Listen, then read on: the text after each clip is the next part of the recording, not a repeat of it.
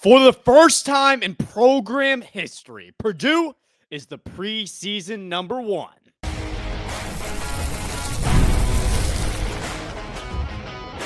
You are Locked On Boilermakers, your daily podcast on the Purdue Boilermakers, part of the Locked On Podcast Network, your team every day. Hello and welcome into another episode of Locked On Boilermakers here on the Locked On Podcast Network, where it's your team every day. I am your host. I am Nick Arvin, and we have a fun Tuesday episode of Locked On Boilermakers coming your way today because yesterday, the preseason AP poll came out. And what do you know? The Boilermakers came in at number one for the first time in program history. And how fitting it is, because we've talked all offseason long about how special this team is.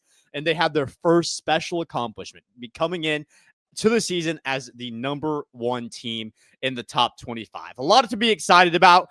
Today's going to be a fun episode, so stick with us. Today's episode is brought to you by our friends at Game Time. Download the Game Time app, create an account, and use code LOCKEDONCollege for $20 off your first purchase. And if you guys are just seeing us for the first time on Locked On Boilermakers or just on the Locked On Podcast Network, please consider subscribing, liking, and even commenting. It helps us out a ton. Season's coming up soon. We're bringing you guys daily Boilermaker content. You don't want to miss it. So make sure you subscribe. It helps us out a lot. So with that being said, let's go ahead and just hop right into it today because I made an episode yesterday. Monday's episode was about the case that I made for Purdue being the number one team, the reasons why I felt that this Purdue team deserved to be number one. And that goes down to the players on the court. That goes down to Matt Painter, the system that he's built, and overall, just kind of all the pieces really working together this year and making the most complete team in the nation.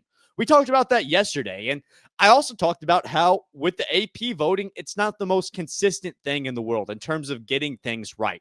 We see that all the time in college football, where some teams get ranked lower, higher than they necessarily should. And obviously, with Purdue not playing at all this year, we haven't seen these teams yet.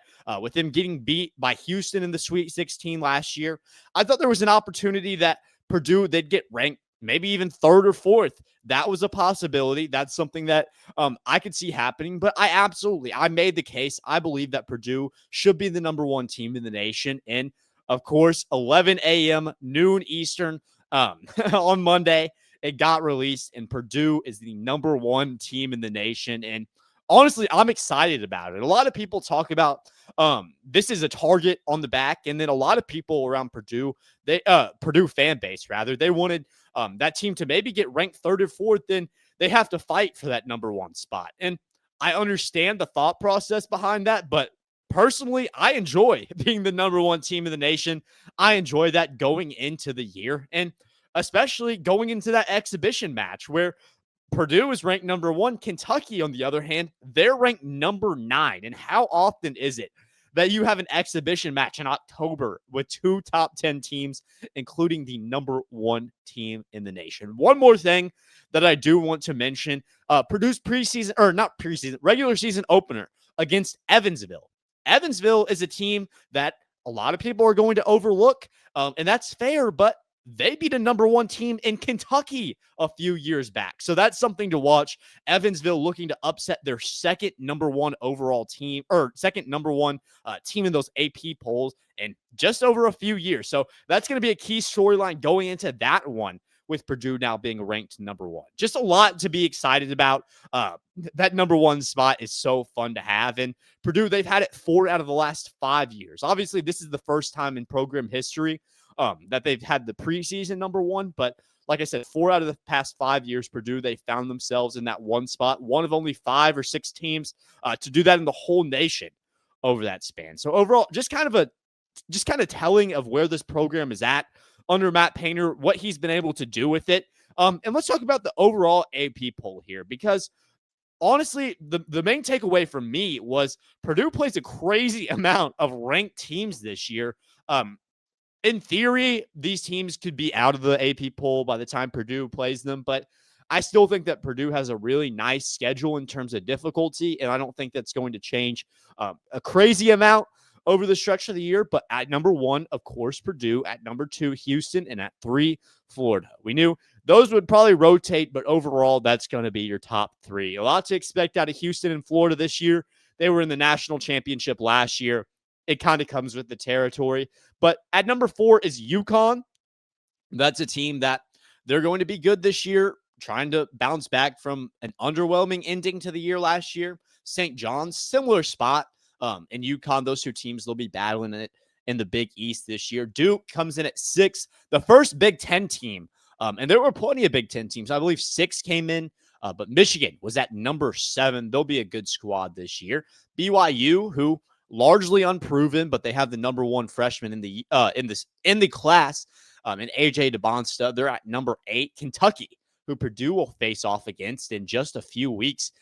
They're at number 9. Texas Tech, who Purdue has the opportunity to face off against at Baha Mar. They are at number 9. So they're at number 10 rather. So Kentucky, Texas Tech, and Michigan all on the schedule for Purdue this year.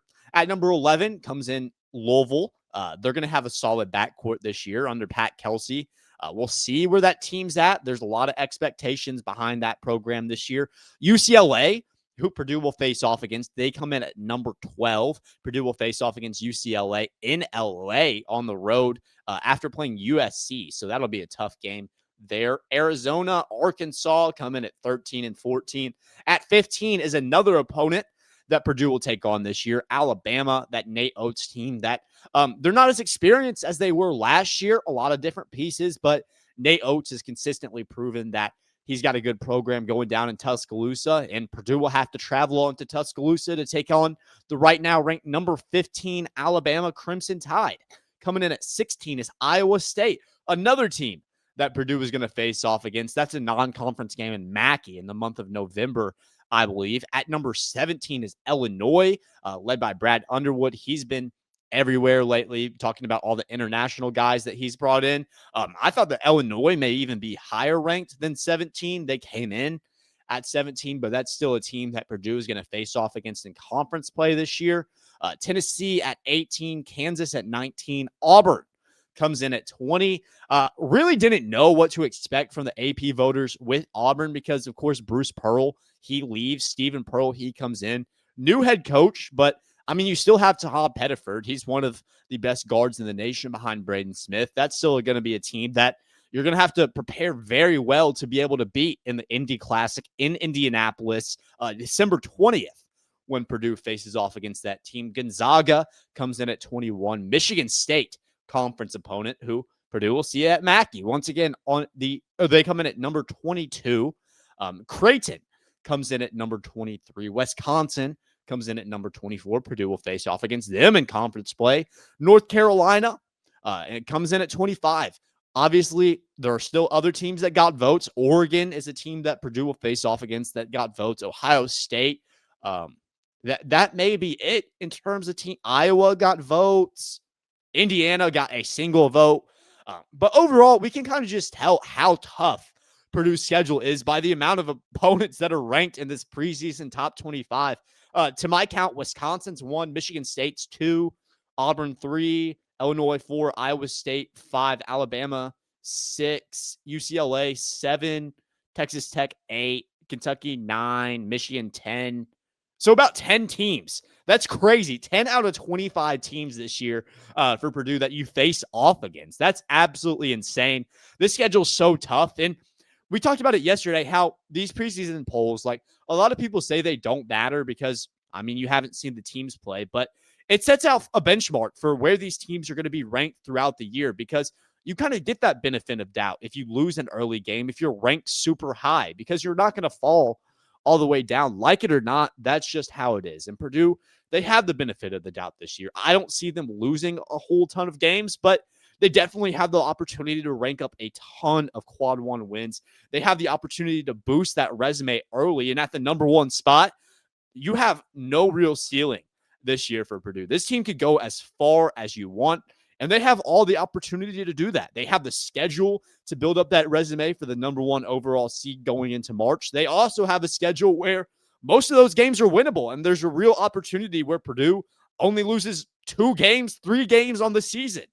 That's really how good Purdue is. That's how tough the schedule is, and that's how exciting this year is going to be for a Purdue basketball fan out there. There's a ton to be excited about for us Purdue fans, and a lot of that comes down to this season coming up, the historic nature of 2025-2026. What all goes into that? What are all the historic factors on the line? Well, we'll talk about that. Stick with us. We're talking here next.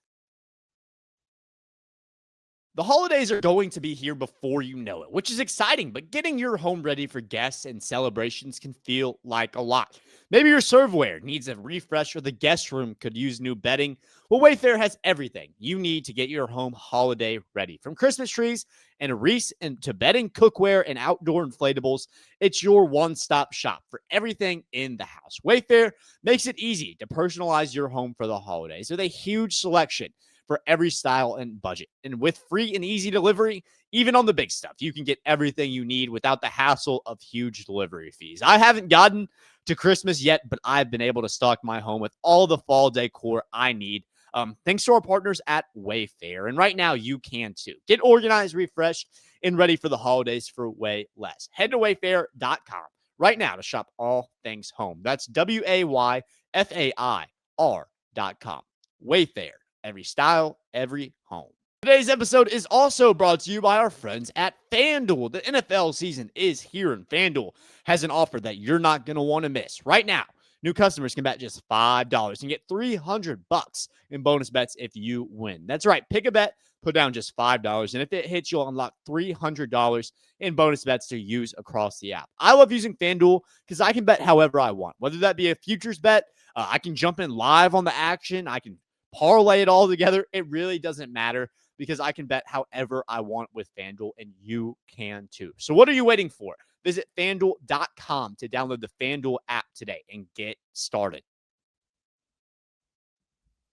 In our last segment, we talked about a historic moment already for Purdue that happened this preseason because for the first time in program history, Purdue enters the season ranked number 1. So that kind of just sets the standard for what's going to be a historic year because, like I said, you have that once in a program moment already on August 13th. So a lot to be expected all the way going into March this year. A lot to kind of be excited about if you're a Purdue fan because there is a lot this season that, I mean, you have the opportunity to help kids, grandkids that you experience the 2025-2026 Boilermakers because that really is how vital, how important, and how historically important I believe that this season is going to be. And a lot of that obviously comes down to Braden Smith. We can't talk enough about this guy, what he's done at this program, and the opportunities that he set himself up with this year.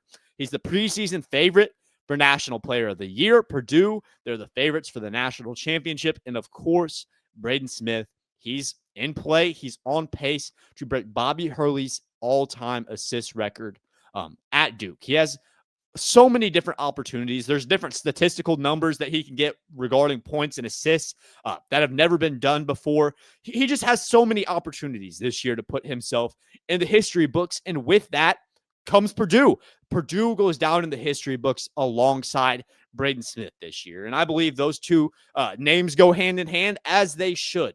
As we cheer on Braden Smith, as Braden Smith continues to break accolades, earn those accolades, break records this year, what's next to his name? Well, it's Purdue. I think that Purdue is going to be in for a very historic year this year. It comes down to Braden Smith, but there's more on the table. For Matt Painter, this is the chance. This is your year, your opportunity to finally get that elusive national championship. We talked with Craig Bowers of Boilers in the Stands. We had him on the show about a month back, and he was at that Final Four berth when Purdue, they won the Final Four, had the opportunity to make it to that national championship. And just kind of what he said was the passion on display from Painter, from everybody.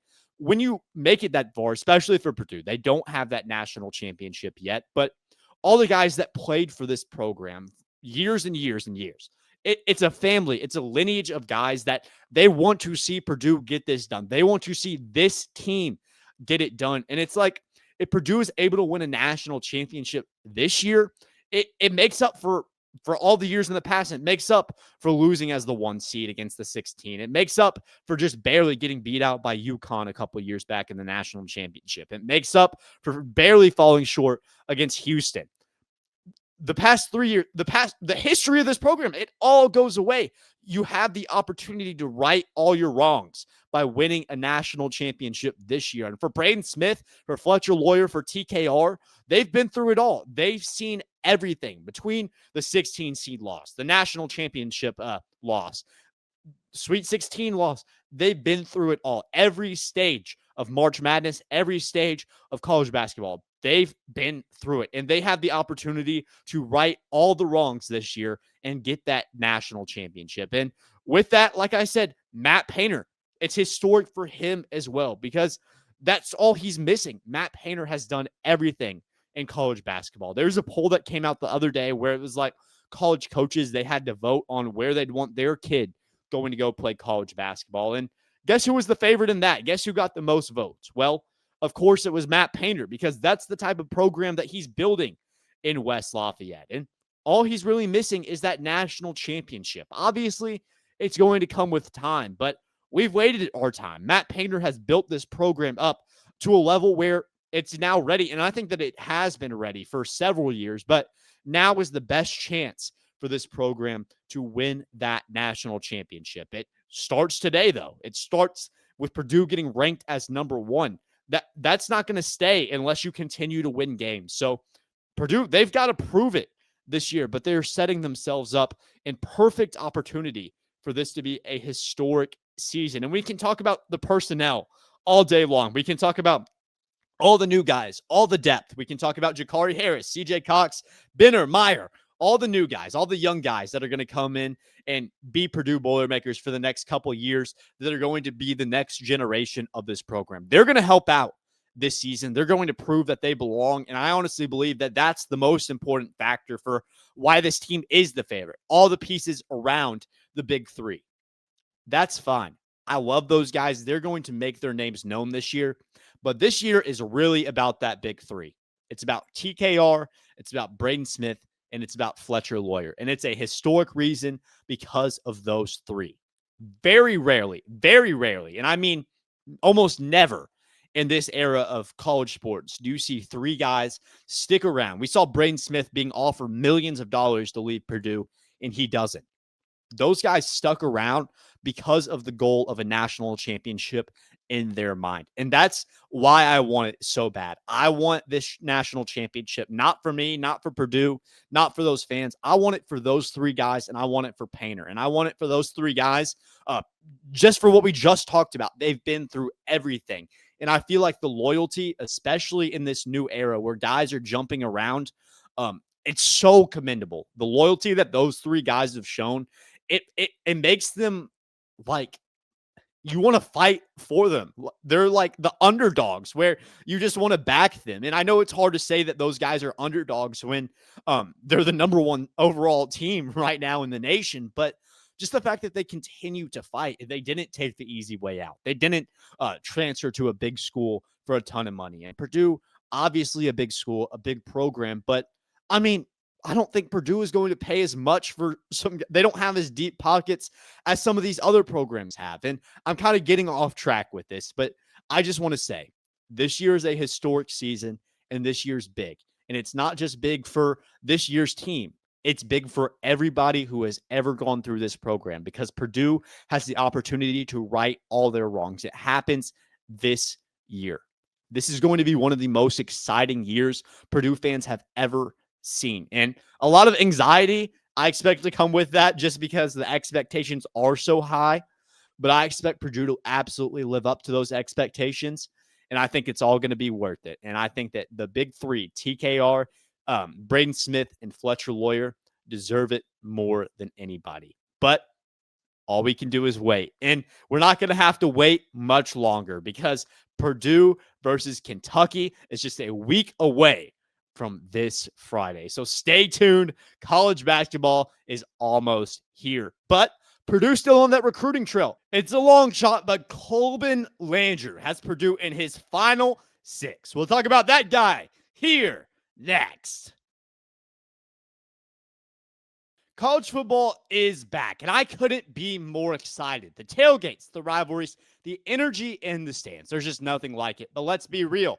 Actually getting tickets can feel more like a battle than the game itself. Endless queues, hidden fees, prices jumping at the checkout. That's why I use Game Time, the app that gives the advantage back to the fans. It's the easiest way to score last-minute tickets at the best prices with no surprise fees. What you see is what you pay. I love using Game Time because, honestly, in just a couple of tabs, I saw amazing deals. I'm talking about your favorite college football games as low as $25. You can't beat the prices. So take the guesswork out of buying college football tickets with Game Time. Download that Game Time app, create an account, and use code Locked On College for $20 off your first purchase. Of course, terms apply, but that's promo code LOCKEDONCOLLEGE for $20 off. Swipe, tap, ticket, go. Download Game Time today.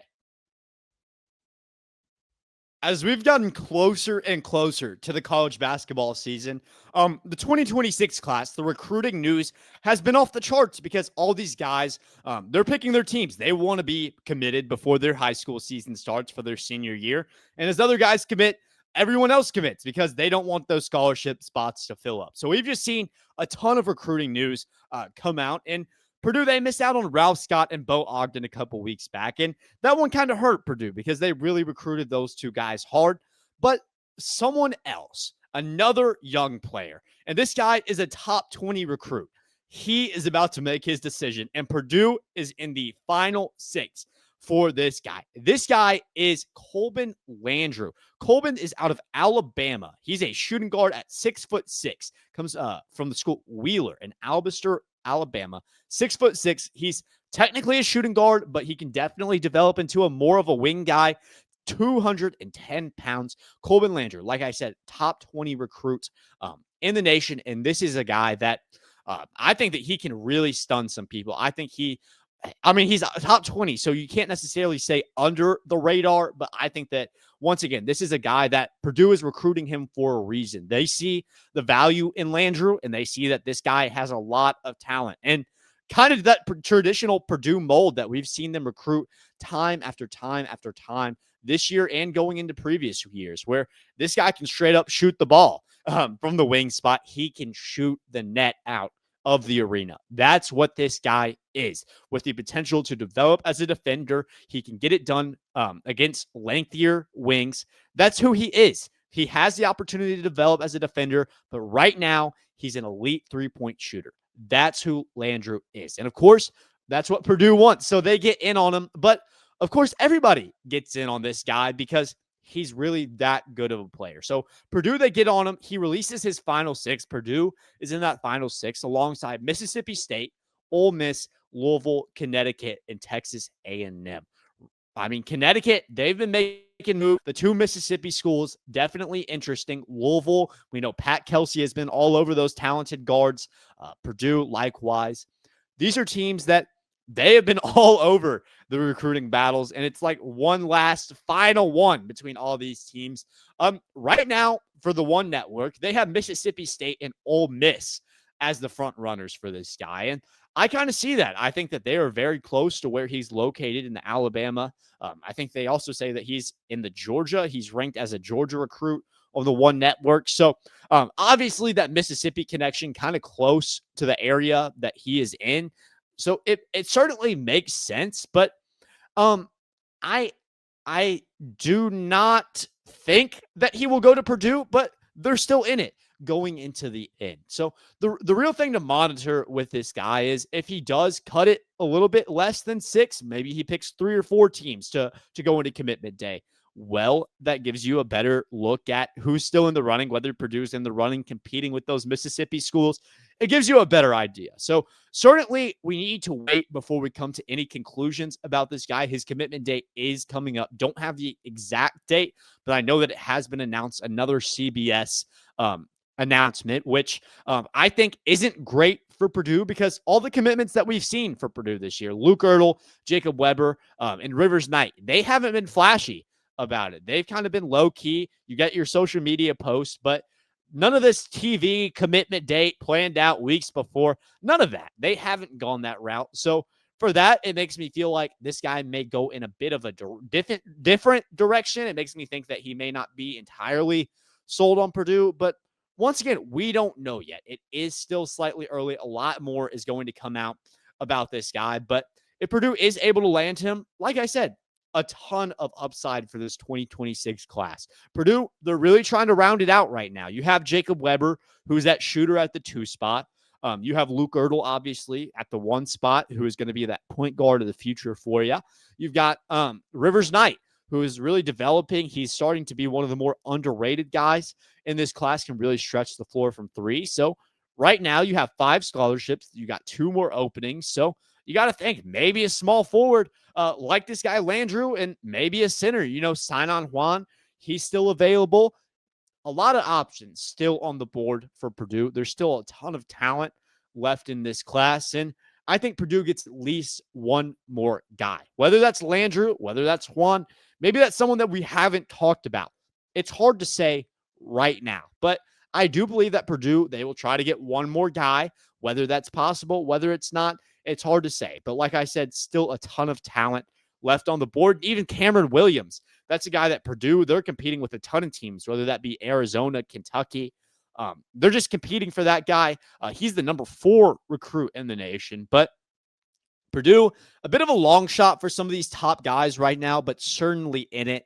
And it just goes to show, Matt Painter, Purdue would never be in some recruiting battles for some of these guys. And Matt Painter, he's talked about it. Don't waste your resources going after battles that you don't think are winnable. And I mean, that's kind of been his approach. I mean, we've seen traditionally Purdue, they haven't recruited the highest guys. Matt Painter, he's been more of a developer, but with different teams going different routes in this new era of college basketball. Matt Painter and the Purdue Boilermakers have consistently worked themselves into some recruiting battles against top teams in the nation with a ton of resources for some of the top recruits in the nation. So it's really fun to see. It's exciting that we're able to look at all these battles. And even if Purdue, they don't win some of the better recruits in the nation, still, just the opportunity to get your name out there with different guys, still the opportunity to be down the stretch going into the decision day.